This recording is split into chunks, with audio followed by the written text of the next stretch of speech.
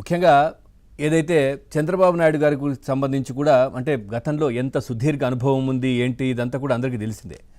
కానీ జగన్మోహన్ రెడ్డి ప్రస్తుతం నేను చంద్రబాబు నాయుడు గారికి పోటీ, సో ఆయన కంటే గొప్పోన్ని అనుకునే విధంగా కూడా ప్రవర్తిస్తూ ఉన్నారు. నిజంగా ఎప్పుడు కూడా చంద్రబాబు నాయుడు గారు నేను ఎవరికంటే అందరికంటే నేను గొప్పోన్ని అనే విధంగా ఎప్పుడు ప్రవర్తించలేదు, అట్లాంటి కామెంట్స్ కూడా లేవు. కానీ జగన్మోహన్ రెడ్డి మాత్రం ఆ విధమైనటువంటి ప్రవర్తన కనిపిస్తూ ఉంటుంది, నన్ను మించినోడు లేడు అనే విధంగా కూడా.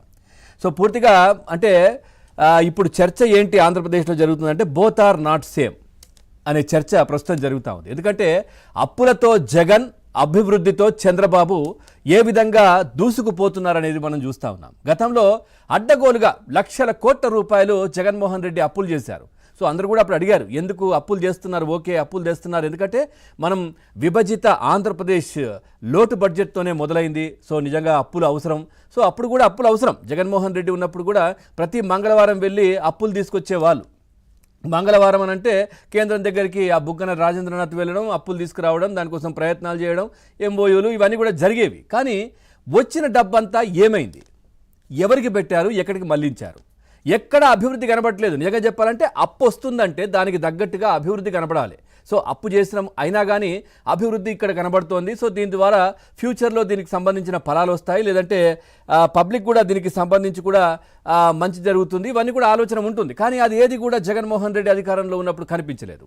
పూర్తిగా ముందుకు అమరావతి వెళ్ళలేదు, పోలవరం పనులు కూడా ముందుకెళ్ళని పరిస్థితి. జగన్ హయాంలో కనీసం రోడ్లు కూడా పూడ్చలేనటువంటి దీన స్థితికి రాష్ట్రాన్ని జగన్మోహన్ రెడ్డి తీసుకొచ్చారు.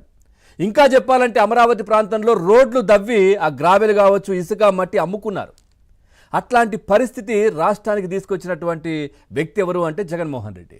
మళ్ళీ మేమిద్దరం ఒకటే, నేను అంతకంటే గొప్పోని అంటూ కూడా మాట్లాడుతూ ఉంటారు. Both are not same. Chandrababu Naidu garu, Jaganmohan Reddy గారు సేమ్ కాదు, అసలు పోలికే లేదు. అసలు ఒక మేరు శిఖరం పక్కన ఉన్నటువంటి గడ్డి మొక్క అనేది కూడా చాలామంది మాట్లాడుకుంటున్నారు. అది మనం అనద్దు కానీ, ఎందుకంటే ఆయన ఒక 14 సంవత్సరాలు ముఖ్యమంత్రిగా పనిచేస్తున్నారు, ఆల్రెడీ ముఖ్యమంత్రిగా పనిచేస్తున్నారు ఇప్పుడు కూడా. సో రాజకీయంగా ఎంతో అనుభవం. సో కేంద్రంలో కూడా ఏ విధంగా తన మార్క్ చూసాం. సో అంతర్జాతీయంగా కూడా తన మార్క్ ఏ విధంగా ఉంటుందో మనం చూసాం. సో అయినా కానీ కంపేర్ చేయొద్దు. వాళ్ళు చేస్తున్నారు కాబట్టి మనం మాట్లాడాల్సి వస్తుంది తప్పించి ఎవరు కూడా నిజంగా ఎవరికి వారే ఆ విధంగా అని అనుకోవాలి. కానీ ఎక్కడా కూడా ఎవరిని తక్కువ చేసి మాట్లాడొద్దు. కానీ జగన్మోహన్ రెడ్డి బ్యాచ్ కావచ్చు, జగన్మోహన్ రెడ్డి ఆ విధంగా మాట్లాడుతూ ఉంటారు. వయస్సు గురించి మాట్లాడుతూ ఉంటారు, లేదంటే ప్రతి దాంట్లో కూడా కంపేర్ చేస్తారు, మాట్లాడుతుంటారు. పూర్తిగా సంక్షేమ పథకాలు చాలా నేను అమలు చేశానని జగన్మోహన్ రెడ్డి చెప్తున్నారు. అరకొరగా సంక్షేమం చేయొచ్చు, బటన్లు నొక్కి ఏదో డబ్బులు ఇవ్వడం కావచ్చు, ఇట్లాంటివి కొన్ని జరుగున్నాయి.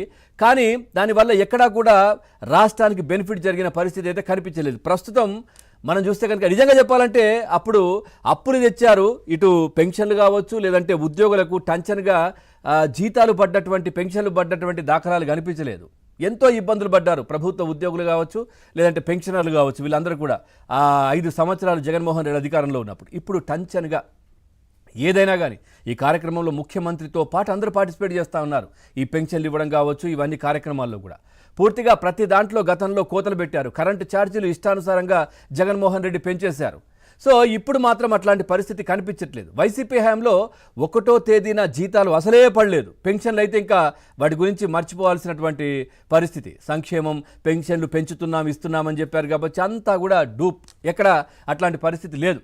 సంక్షేమం ఎక్కడా కూడా పట్టాలెక్కినటువంటి పరిస్థితి లేదు. అమరావతి, పోలవరం పూర్తిగా ముంచేశారు జగన్మోహన్ రెడ్డి హయాంలో.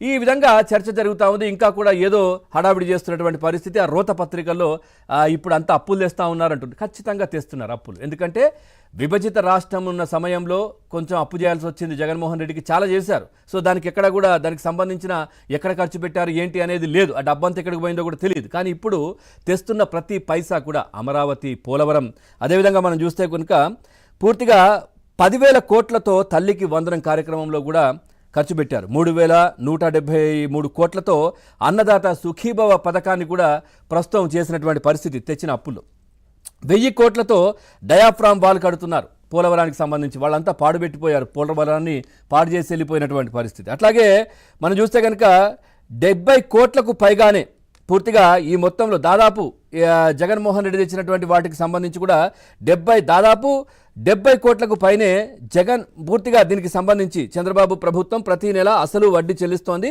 ఏడాదికి ఈ మొత్తం దాదాపు 70,000 కోట్లని కూడా చెప్తా ఉన్నారు. నిజంగా ఎందుకంటే గతంలో ఆయన చేసినటువంటి అప్పులకు ఇప్పుడంతా కూడా ఇంట్రెస్టులు వడ్డీలు కూడా కట్టాల్సినటువంటి పరిస్థితి కనిపిస్తూ ఉంది. ఇట్లా రాష్ట్రాన్ని ఇష్టానుసారంగా కూడా పప్పు బెల్లాల్లాగా నచ్చినవి అమ్మేసుకోవడం, లేదనంటే ఎవరికో దారాదత్తాలు చేయడం, లేదంటే దోచుకోవడం, దాచుకోవడం, లిక్కరు, తర్వాత ప్రతి దాంట్లో కూడా దోపిడీ చేసి రాష్ట్రాన్ని దాదాపుగా 30 సంవత్సరాలు వెనక్కి తీసుకువెళ్ళిపోయారు జగన్మోహన్ రెడ్డి.